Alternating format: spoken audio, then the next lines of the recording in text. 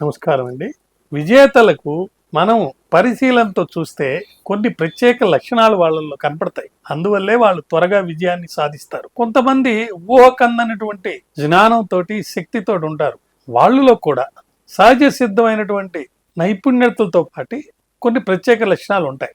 ఉదాహరణకి చిన్నపిల్లల్లా ఎక్కువ మంది విజేతలు ధైర్యంగా వాళ్ళ యొక్క సహజ సిద్ధమైనటువంటి కొన్ని స్వభావాల్ని, కొన్ని లక్షణాలని వీడకుండా కొనసాగిస్తూ ఉంటారు. చిన్నపిల్లలు చూడండి, ఎవరు తప్పు చేసినా ధైర్యంగా తప్పు చేశారు అని అంటారు. అదే పెద్దవాళ్ళు అయినప్పుడు మరి విజేతగా కావాలంటే అలా చెప్తే ఏమైనా అనుకుంటారేమో అనుకున్నోళ్ళు అలాగే ఉండిపోతారు. కానీ ఆ చిన్నపిల్లల స్వభావం కలిగి ముందుకెళ్లే వాళ్ళు త్వరితగతిన విజయాన్ని సాధిస్తారు. చిన్నపిల్లల్లో కుతూహలం ఉంటుంది. ఉదాహరణకి ఒక చిన్న కాగితాన్ని తీసుకొని పడవలాగా చేసి నీళ్లలో వదిలి తనేదో సాధించాను, ఒక విజయాన్ని, కొత్తదాన్ని కనుగొన్నాను అని ఒక గొప్ప లక్ష్యాన్ని కలిగి ఉంటారు.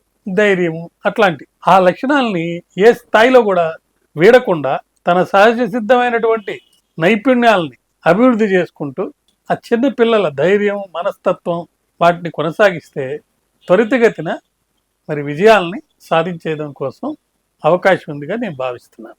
నమస్కారం.